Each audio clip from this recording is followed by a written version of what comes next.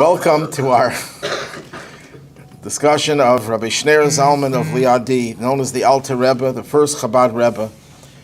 He was the founder of the Chabad branch of the Chassidic movement, founded by the Baal Shem Tov, Rabbi Israel Baal Shem Tov, who was born in 1698 and passed away in 1760. So the Baal Shem Tov started a revolutionary movement to bring joy, to bring life to the Jewish community that was in a very sad state. And the Baal Shem Tov appealed mostly, and I underline the word mostly, to the simple folk, people who were downtrodden, people who were considered to be inferior by the scholars, by some of the arrogant scholars, and they were so downtrodden, so defeated, that this was a threat to the very stability of the Jewish people in Eastern Europe at that time. So the Baal Shem Tov appealed mostly to the simple people, although his disciples were among the greatest of scholars. So he did appeal to the scholars who became his close disciples, but the mass of Eastern European Jews were not scholars. They were impoverished by virtue of the pogroms of the 17th century, terrible massacres of 1648 and 1649, and then the false messianic arrival of Shabtai Tzvi, which disillusioned so many people. Jews were crushed, and the Baal Shem Tov awakened them and rejuvenated them and brought them back to life. The Baal Shem Tov passed away, as I said, in 1760 and was succeeded by his greatest disciple, Rabbi Dov Ber, known as the Maggid of Mezrich. Maggid simply means the preacher. He was hired to speak to the people, and he lived for a good part of his leadership life in the city of Mezrich, which is now in the Ukraine.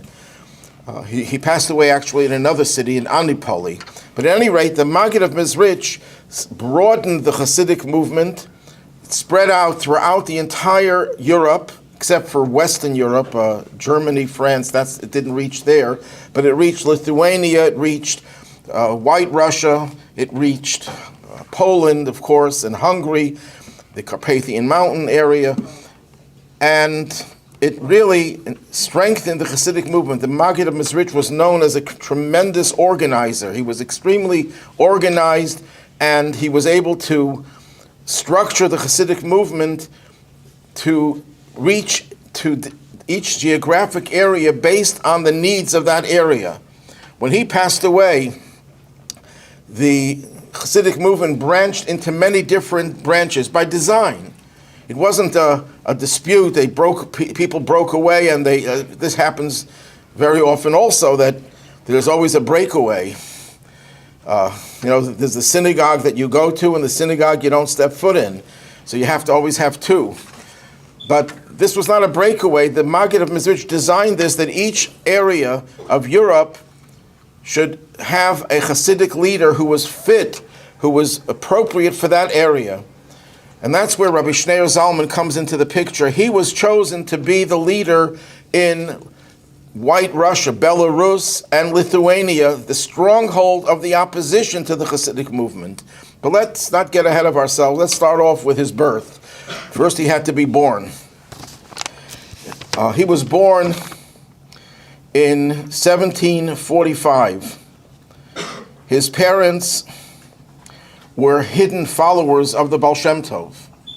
His father was a very great scholar and a very saintly person who hated any type of recognition. He was one of those hidden tzaddikim, hidden saintly people who did not want anyone to know about him. And he became a follower of the Baal Shem Tov. And the Baal Shem Tov told him that when his son was born, he should name him Schneur. Schneur means two lights. He will illuminate the world with two lights, the light of the revealed parts of Torah, the laws, the Talmudic teachings of Torah, and he will also illuminate the world with the spiritual, mystical teachings of the Torah. But the Baal Shem Tov told his disciple, Rabbi Baruch was the name of Rabbi Schneur Zalman's father, don't tell him about me. I don't want you to tell him that you are a disciple of myself, the Baal Shem Tov. Let him find his own way. And that's the hallmark of the Chabad philosophy that differentiates it from other Chassidic movements in terms of its ideology, that the focus has to be not on someone feeding you, like an infant is fed by his mother. In the same way, great rabbis could feed their disciples. You have to do it on your own. Yes, there's always help, there's always inspiration, but the hallmark of the Chabad movement's philosophy was you have to reach whatever level of spirituality you reach with your own effort. The Baal Shem Tov also told Rabbi Baruch, Rabbi Schneur Zalman's father, that your son is going to have a new soul. And there's a lot of discussion what he meant by a new soul. One simple meaning is most souls are recycled. Most souls are reincarnated. So the assumption is that if we're here today, our souls were here once before or twice or maybe more than that before. But there always are unique souls that are one in a million that come into this world because they have some new vitality, a new energy that will change the very landscape of the world. Whatever the explanation is, it's a unique title to say that someone is going to have a new soul. And Rabbi Schneur Zalman was a child prodigy. When he was 8 years old, he composed a commentary on the Torah, combining the three major biblical commentators, Rashi, Ibn Ezra, and Nachmanides. And he put them all together. And there's a whole story about it, which I won't go into. That just shows you at the age of 8, he was already a scholar. He was well versed in mathematics and astronomy, in addition, of course, to all the Jewish subjects. At the age of 15, he got married. Now that 15 is a child. No, in those days, 15 are more mature than 50-year-olds these days. They were very mature, but he was a towering scholar. He can probably put most scholars today to shame at the age of 15. At the age of 18, he had mastered all of Jewish knowledge that was available then, Talmud and all of its commentaries, and he was also steeped in the teachings of Kabbalah. This is at the age of 18. At the age of 20, he said, I am at a crossroads in my life. There are two centers of Jewish knowledge, Jewish activity. One center was in Vilna, the capital of Lithuania. That's where the great Rabbi Elijah of Vilna, the Gaon of Vilna, he's known. He was known as the greatest scholar of his time. And many say he was the greatest of many generations and centuries before and after him. And that was the center of scholarship in Europe at that time. Mezrich, which was in the Ukraine, was known for its emphasis on prayer. Although the Maggid of Mezrich was also a phenomenal scholar. But the focus was on prayer, on the spirituality that you experience during prayer. And Rabbi Schneur Zalman said to himself, and of course he reported this, that we know about this because he told others about it, I already know how to learn a little, but I don't know how to pray.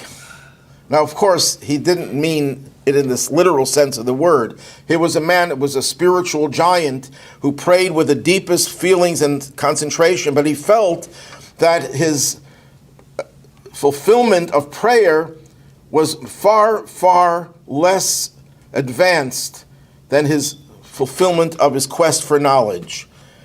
In his own, the Chassidim believe that he was a match for Elijah of Vilna, and maybe even a greater scholar. But when it came to prayer, he felt that's where he had to go. So he traveled to Mezrich. He got his wife's permission. That was a very important detail. His brother tagged along with him, and the wagon broke down. And the Alter Rebbe said to his brother, did you get permission from your wife to go on this trip? And he said, no. He says, go right back. So his brother never studied under the Maggid of Mezrich, but he became a disciple of Rabbi Schneur Zalman. He became one of his most trusted disciples. His name was Yehuda Leib, by the way. At any rate, the young scholar in his early 20s was asked by his teacher, his master, Rabbi Dov Ber, it's about time that a revised version of the Code of Jewish Law be put into writing. See, the Code of Jewish Law was written by Rabbi Yosef Karo over 400 years ago. And since he wrote it, immediately after he wrote the Code of Jewish Law, dozens of commentaries started to add clarity, disagreements, bring up new situations, and learning Jewish law became a little bit more challenging because there were so many super commentaries on the Shulchan Aruch. And there's so many different customs depending on where you come from. If you come from Lithuania, you have these customs, you follow these opinions. So the Maggid of Mizrich gave him the responsibility to rewrite the Code of Jewish Law. And he did in his 20s. Most of it he wrote in his youth. And it became a major classic of Jewish law to this day. So that was when he was in his 20s. But he didn't have an easy life. He had opposition from his own father-in-law.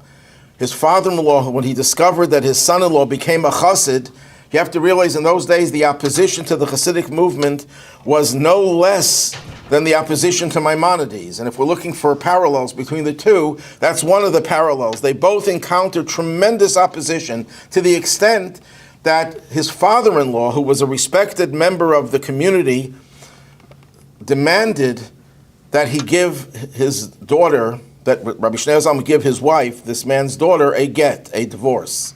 And she refused, to her credit, of course. But the father-in-law persecuted his son-in-law.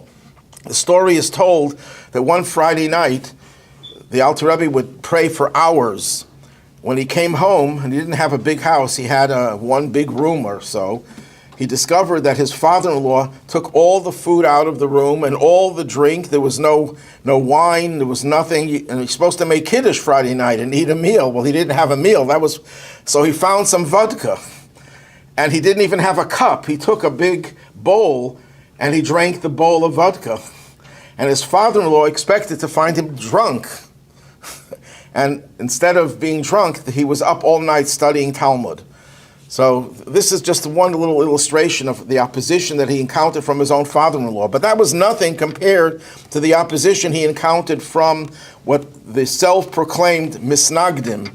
Misnagid means opponents, adversaries. They call themselves adversaries, and they call the Chassidim the pious ones. Interesting way of opposing someone, to use the name opponent to yourself and call your enemy the pious ones. But anyhow, that's the way it worked out. But the more they would oppose the Chassidic movement, the faster it grew.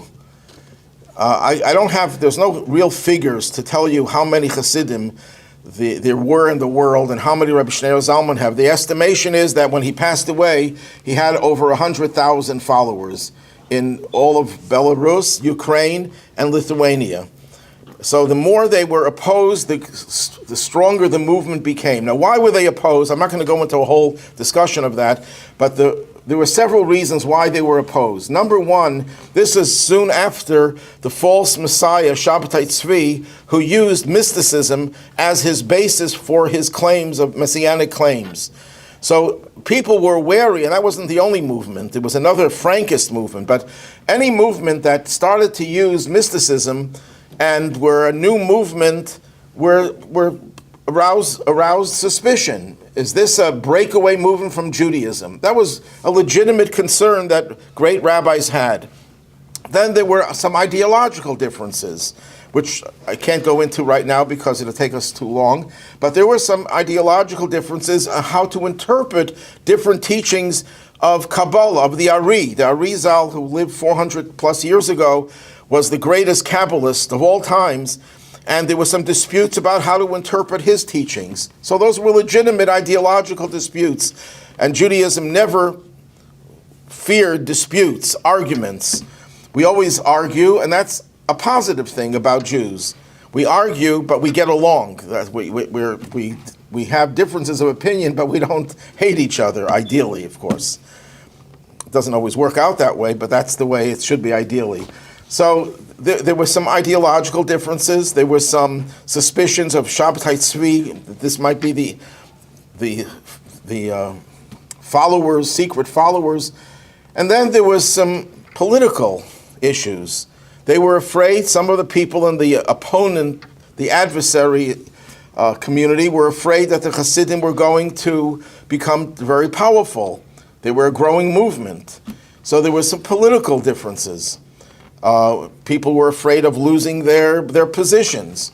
And then there was another element. This was at the same time the Haskalah movement started. Haskalah movement was the Jewish version of enlightenment, so-called enlightenment, where Jews started to secularize Judaism and throw out all the spirituality of Judaism, deny the belief in God, deny belief in the Mashiach, deny the belief in the soul, and all these spiritual things. This is what the Haskalah movement was advocating.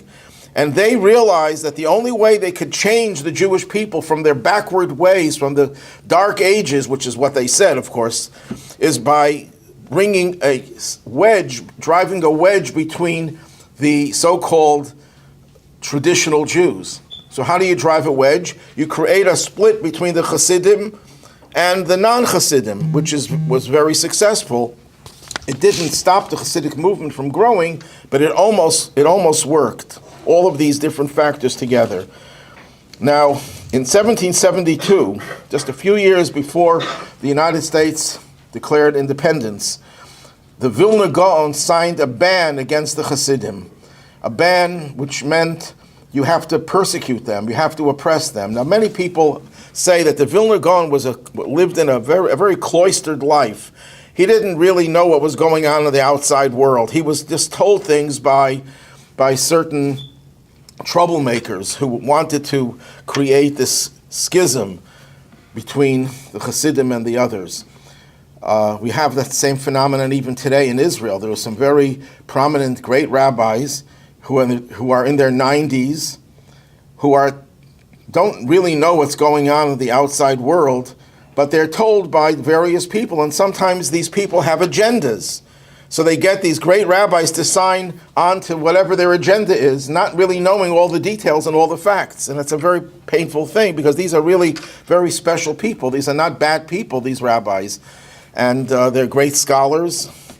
But nevertheless, they are not always informed properly. And that's what happened with the Gaon of Vilna. So he signed on to this ban, which was a very, very hostile move against the Chassidim. And the Chassidim were being persecuted and oppressed.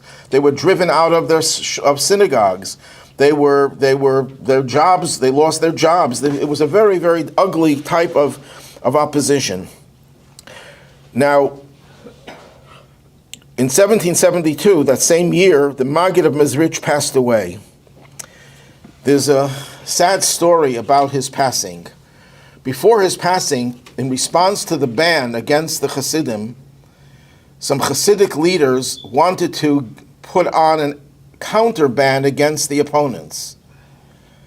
And the Alter Rabbi Schneur Zalman, was against it. He says, we don't fight with the same tactics that they use. But the other Chassidic leaders couldn't take the persecution, so they enacted the ban. And when the Maggid of Mezrich heard that, apparently he was very much opposed to that as well. He says, you lost, he intimated that he would pass away because of that counter ban.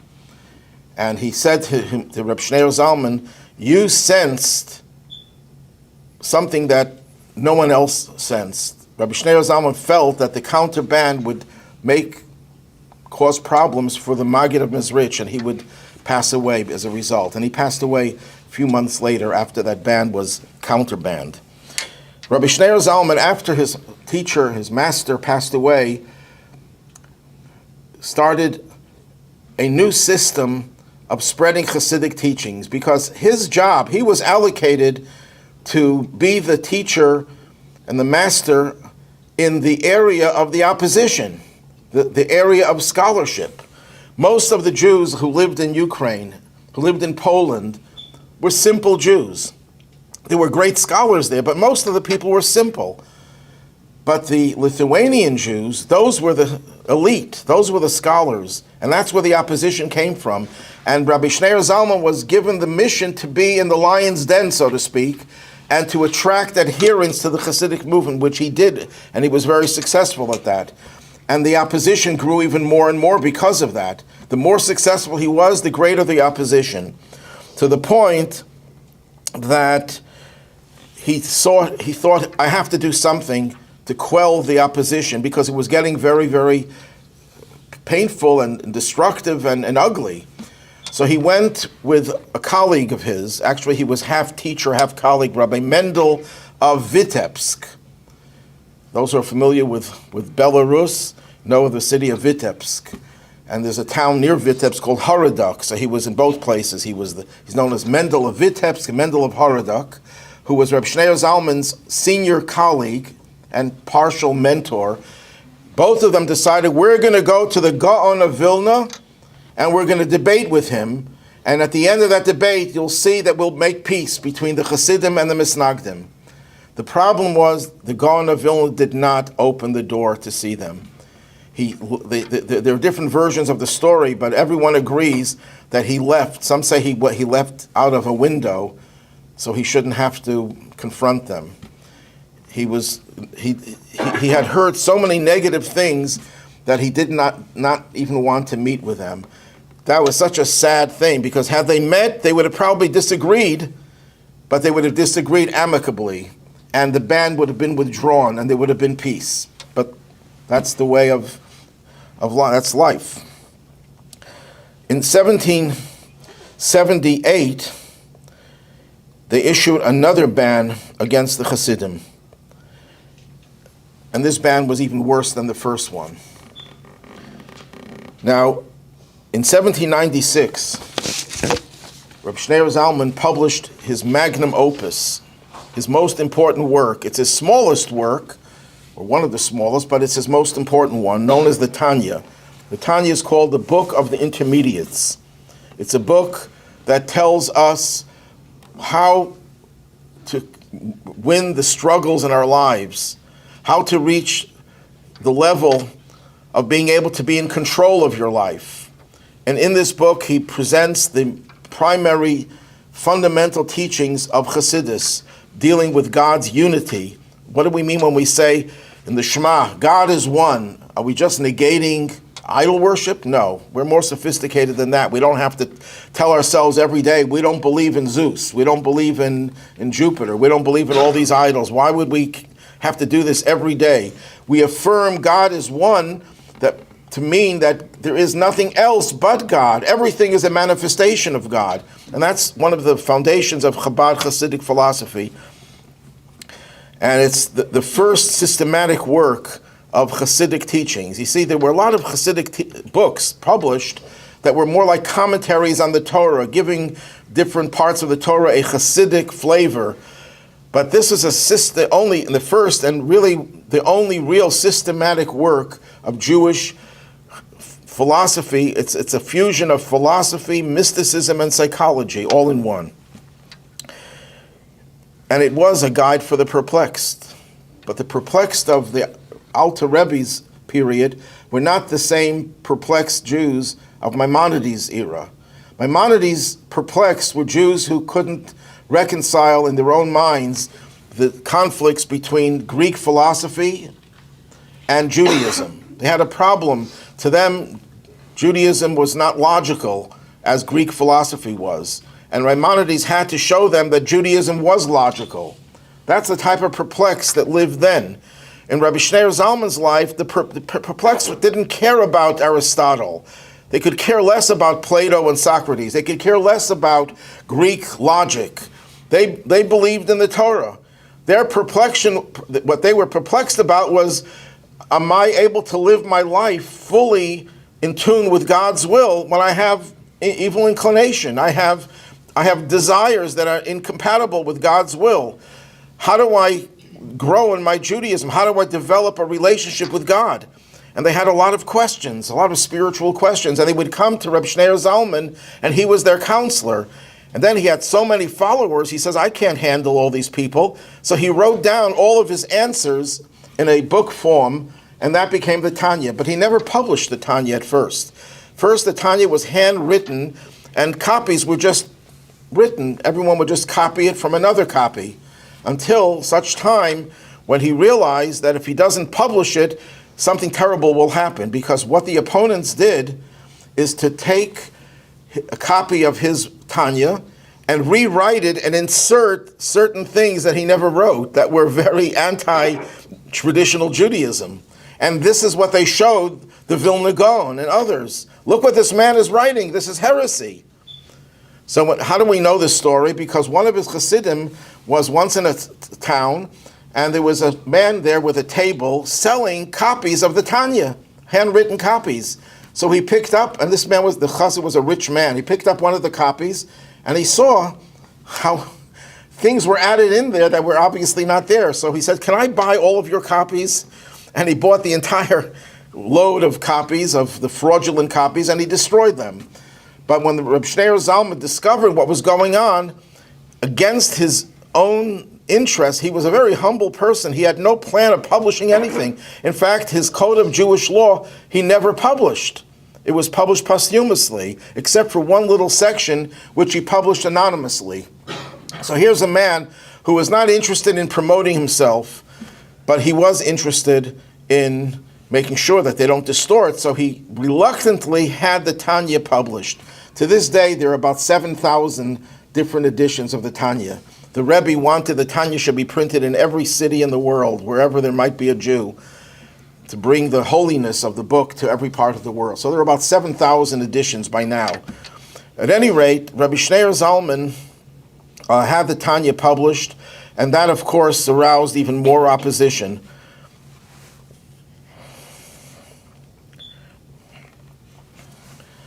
The opposition became so intense. Oh, I forgot to mention a very important part. Rabbi Schneur Zalman's older colleague, Rabbi Mendel of Vitebsk, couldn't handle the opposition, and he went to Israel. He made Aliyah to Israel, together with a whole bunch of Chassidim, and Rabbi Schneur Zalman joined that group to go to Israel. But his mentor convinced him not to go with him, to stay in Europe, because the Jews need his leadership. And that's when he really became a leader totally in his own right. He was no longer dependent on his older colleague for guidance. So that was a very important thing, that the request was made of him. He had no pretenses. He never wanted to be a leader. This is the hallmark of great Jewish leaders. They don't choose to be leaders. Someone chooses it for them and imposes it on them, realizing that they have no other choice. So now, Rabbi Schneur Zalman is becoming very popular. The Tanya is spreading all over, and the enemies saw that we have to do something to stop this once and for all. And they're going to be using any tactic that they could possibly use, not stopping even with trying to have him killed. So they informed to the Tsar that Rabbi Schneur Zalman is a rebel. He's guilty of treason. He is setting himself up as a new Tsar. He's supporting the enemies of Russia. The Rabbi Schneur Zalman, and this is the connection to the point I made before, the Chassidim that went to Israel had no means to support themselves. Israel then was not what Israel is today. It's not even what Israel was 100 years ago. This is over 200 years ago. So they were penniless. They were destitute. Rabbi Schneur Zalman started a charitable fund called Kolel Chabad, supporting Jews in Israel. And that fund continued uninterrupted for 239 years, I think, until today. I was just in New York a few weeks ago to speak at their annual dinner, and the head of the Kolel Chabad said that their budget, the annual budget, what it is to help people, feed people in Israel and other things, their annual budget is close to $200 million. This is started close to 250 years ago by Rabbi Schneur Zalman. So now Israel in those days was under Ottoman rule. The Turks and the Russians didn't exactly see eye to eye. So here they said, you see, he's supporting the Turks against the Tsar. And look what he's doing. He has all these tens of thousands of followers that are flocking to him. He's like a king. And therefore guilty of treason. So he was arrested and taken to Petersburg, the capital, in a black coach. It was reserved only for the most heinous criminals. And he was accused of treason, which was, of course, a capital crime. And after 53 days in prison, he was exonerated, only to be imprisoned again a few years later. But the second time was not as bad as the first time, and he got out, and the Chassidic movement was given a real boost because of this victory. Rabbi Schneur Zalman composed many other books. He wrote the Code of Jewish Law, revised edition, which was published posthumously. In his own lifetime, he published one little section called the Laws of Torah Study, which he published anonymously. He revised the Jewish Siddur, the prayer book.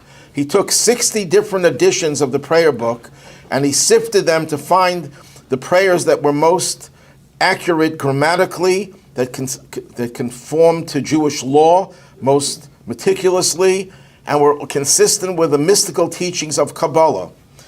He also wrote, as the Shulchan Aruch, as I said, the Code of Jewish Law.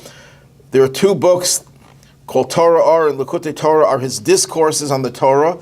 He didn't write them. These are things that he said. He spoke publicly, and his brother and his son and his sons and grandson and others put them into writing. And then there are about 20 other volumes of his discourses that were published in recent years, and then a few volumes of his letters. So he was an extremely prolific communicator through writing or through speech. The last challenge of his life was the Napoleonic War. See, most Jews were excited about Napoleon because he was going to give them freedom. Rabbi Schneur Zalman was one of the few Jewish leaders that were totally opposed to Napoleon. Rabbi Schneur Zalman considered him to be the most evil person in the world.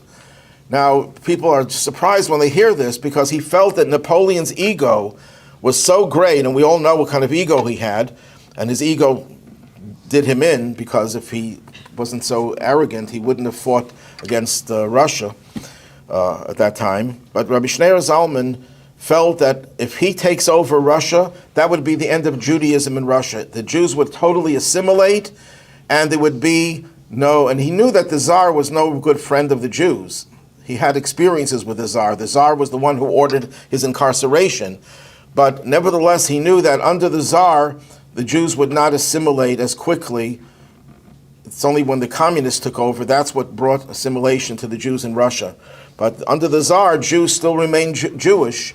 If they had Napoleon, it would be that the Jews would suffer the same fate as the German Jews and the French Jews, who were emancipated, but they assimilated as well. I don't know how many, in the 19th century, there were tens of thousands of German Jews who converted to Christianity, not because they believed in it, but because this was to make them to be able to assimilate.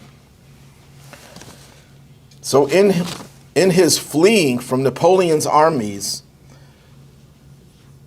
he fled for several months. He got sick and he passed away in 1812. In a little town called Piena, there was not even a Jewish community there. There was no cemetery. He had to be taken, I don't know how many days, until they got to a town called Hadich. Now they call it Gadich, I think, because in Russia they don't pronounce the H. The H is pronounced as a G. But in those days it was pronounced as an H, Hadich. And to this day there are thousands of people who come to his gravesite every year since the collapse of the Soviet Union. Now, as I mentioned before, Maimonides and Rabbi Schneur Zalman have many similarities. One similarity and differences as well. One similarity is the idea of fusing faith with intellect. Faith and intellect sound like opposites. You believe in something, but you don't necessarily understand it. You understand something, but you don't have to believe it if you understand. Maimonides and Rabbi Schneur Zalman both tried to fuse the two, but in opposite directions. Maimonides began with the premise, as most Jewish philosophers and most philosophers, is you start off with zero. You start off on the ground. Okay, what do we accept? And you try to prove logically, with logical arguments, what is right and what is wrong, what is true, what is not true. And then, when you finally come to an impasse, you say, well, I have no choice, I have to rely on faith. Because there's a limit how far logic can go. But the philosopher starts off with a premise: I have to prove God's existence. I have to prove that the Torah is true. And through logic, they try to prove it. Whether you like the logic, you disagree with it, you can argue, but they use logic to reach a point, and then they rely on faith to go beyond the logic. Maimonides was a very, very faithful Jew. He believed in every word of the Torah. In fact, Maimonides says if someone denies even one word of the Torah, it's like he denies the entirety of Torah. And of course, he himself claimed he doesn't understand all of the Torah. But his premise is logic, and then after logic, you reach the level of faith. Reb Schneur Zalman came from the opposite direction, as do Chassidic teachings of all branches. We start off with faith, that God is beyond logic, and it's a given. We don't have to prove God's existence. We don't have to prove the Torah is true. But here's where Reb Schneur Zalman disagreed with other Chassidic masters. They said, that's it. Stay with your faith and be a good Jew. Believe in God, believe in the Torah, and fulfill the commandments, and that's fine. That's all you have to do. Rabbi Schneur Zalman says, no, that's not enough. You then have to introduce your faith into logic. You have to introduce the faith into the intellect, so that not only your faith is attached to God, you're attached to God with every part of your being. Because if your mind doesn't embrace something, that means God is there, but not in your mind. God is in your soul, where the faith comes from. That's the spring of faith, but he hasn't entered into your consciousness. That's not good enough. But other Hasidic groups felt that it's better not to tamper with the logic, because you may be pulled in other directions. Just remain with the faith. And Reb Schneur Zalman says, no, we have to bring faith into the logic. That's why he started the movement called Chabad. What does Chabad mean? There's no such word as Chabad. It's an acronym. Chachma, Bina, and Da'at. Wisdom, understanding, and knowledge. There are three intellectual powers that we have in our soul. And the idea is to take the spiritual knowledge, spiritual awareness or faith, and introduce it into those three levels of our intellect. So in that way, they were both similar. They both fused faith with logic, but in opposite directions. They both wrote classics of Jewish law and philosophy. You know, throughout history, most of the great rabbis were great in all areas of Jewish knowledge, but they didn't specialize in all areas. They specialized in one area. I mean, let's say Rashi. Rashi was clearly the greatest sage of the medieval period, rivaling Maimonides. We can't say who was greater. But Rashi was not a philosopher. Maybe he was a philosopher, but he didn't write philosophy. We don't have any philosophical books. Rashi didn't write other than his commentaries on the Tanakh and on the Talmud. And he also has a few other books of Jewish law, mostly written by his students. So no one is saying that he wasn't a great philosopher. We don't know, but he certainly didn't excel in that area. He didn't specialize in that area. And we can go down the list of many of the most prominent sages who were towering intellects, specialized in one area or the other. Maimonides was equally great in Talmud, in Jewish law, and in philosophy. And he was a trailblazer. He was a genius in both areas, and if he was only famous in one area, he would have already been considered one of the greatest luminaries of all time. Same thing with Reb Schneur Zalman. He was not just great in one area, or great in all the areas, but specialized in one. He specialized in all the areas. He was what you would call, nowadays people would call that a what's the expression? Someone who's a master of everything? A Renaissance man, right, that's the word I was looking for. But it didn't stop at scholarship. Both were passionate leaders and lovers of the Jewish people. They both had a passion for Jewish people, for their own people. Of course, they loved everyone.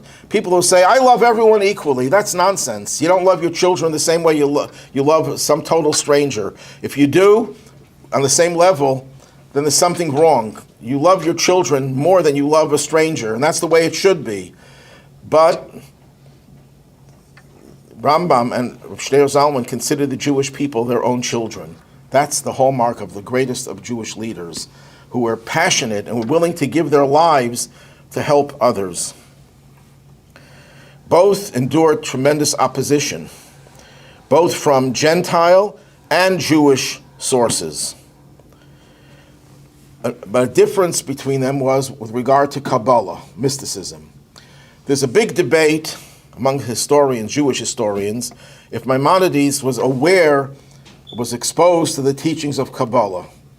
Many people claim, most claim no, you don't see any trace of Kabbalah in his writings. Even when he refers to what the Talmud calls the act of creation, the act of the chariot, which sounds like Kabbalah, he interprets it to refer to philosophy. So most people would argue Maimonides was not a Kabbalist, and he may not even have known about Kabbalah. That I find very difficult to accept, because his predecessors, who lived hundreds of years before him, were great Kabbalists. So I'm sure he knew about Kabbalah. But was he himself steeped in those teachings? We certainly can't say for sure, although there's a belief in the Chassidic community, the belief is that he was a Kabbalist, but he hid it because the people of that time were not ready for mysticism. Where he lived, they were steeped in Aristotelian philosophy. Mysticism would have turned them off. So he hid that knowledge. But whatever opinion we follow, he certainly did not write any books on Kabbalah. There's no trace of his Kabbalistic writings, if he ever had them. Rabbi Schneur Zalman, on the other hand, was a master Kabbalist and was equally great in Talmud and Kabbalah, which differentiates him from Maimonides.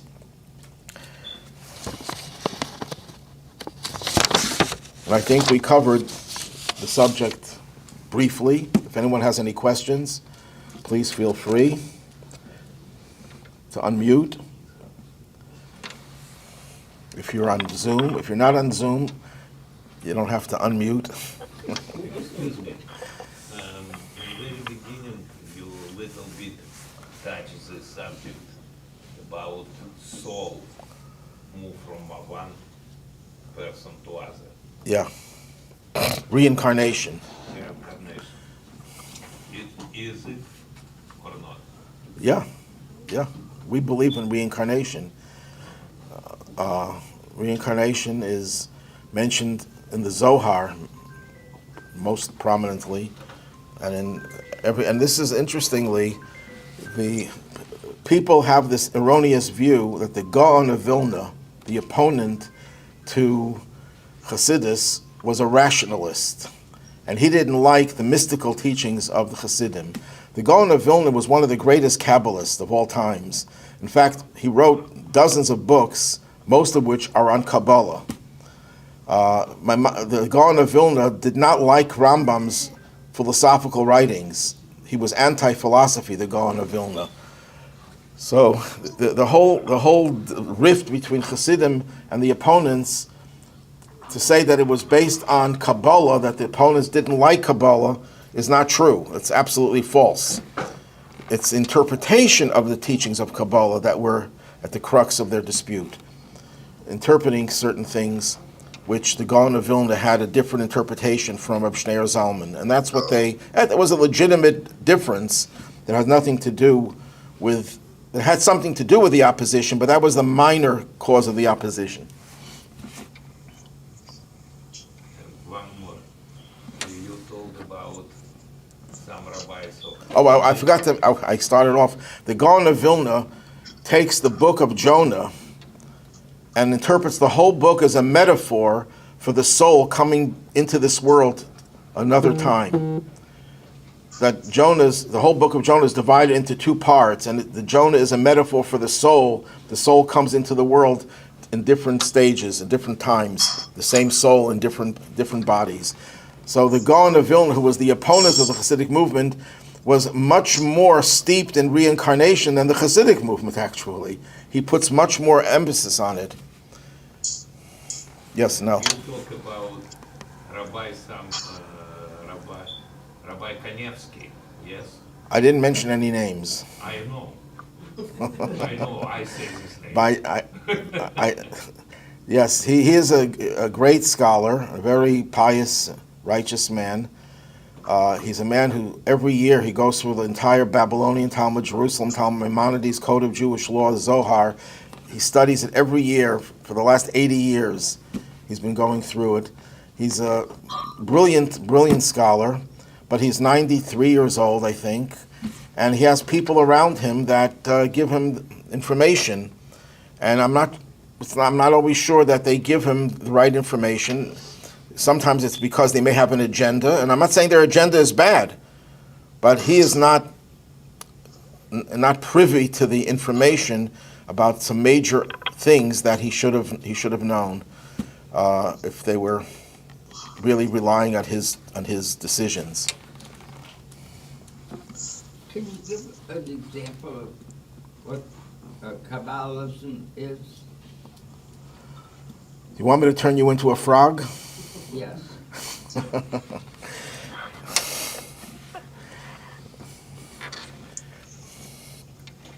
Kabbalah is a very broad subject. It deals with divine, spiritual worlds. It deals with angels. It deals with the soul. But it's written in a code. That's the difference between Kabbalah mysticism and Chassidic mysticism. There are very many similarities, but there are also major differences. While Kabbalah was written in a coded language, well, it would talk about different spiritual energies intermingling, and will use sexual imagery for that. And if anyone translates it, interprets it literally, they're distorting the meaning. It was written in code so that only people who are initiates into this teaching would understand it. The Chassidic mysticism does the opposite. It strips the code from its cover and gives you the soul of the teaching. But anything that deals with God, God's relationship with the world, God's attributes, the world's different levels of spiritual consciousness, as I said before, the angels, these are all subjects in Kabbalah. And Kabbalah is a very large genre. There I don't know how many I have in my computer, probably about 500 volumes on Kabbalah. And there's probably a lot more. But can you believe Kabbalah? Yes, Kabbalah is part of Judaism. It's part of Torah. It's not controversial. What's controversial about Kabbalah is how to interpret it, and also to who should study it. There was a time where there was a ban placed on people under the age of 40. Under the age of 40, you shouldn't study Kabbalah. Why? Because it can be easily misinterpreted, distorted. That's what Shabtai Tzvi did. He took teachings of Kabbalah. He was aware of these teachings, and he distorted them. So Kabbalah could be very dangerous to the wrong person if it's not taught the right way. And but Kabbalah itself is universally accepted as part of Judaism, part of Torah, even those who were opposed to the teaching of Kabbalah.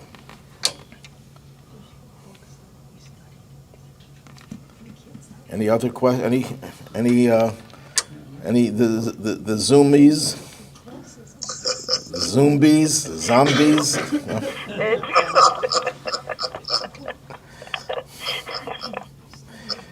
Some faces I could see, but some I can't. So.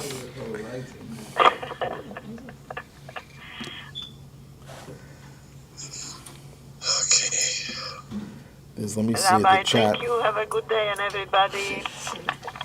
Thank you.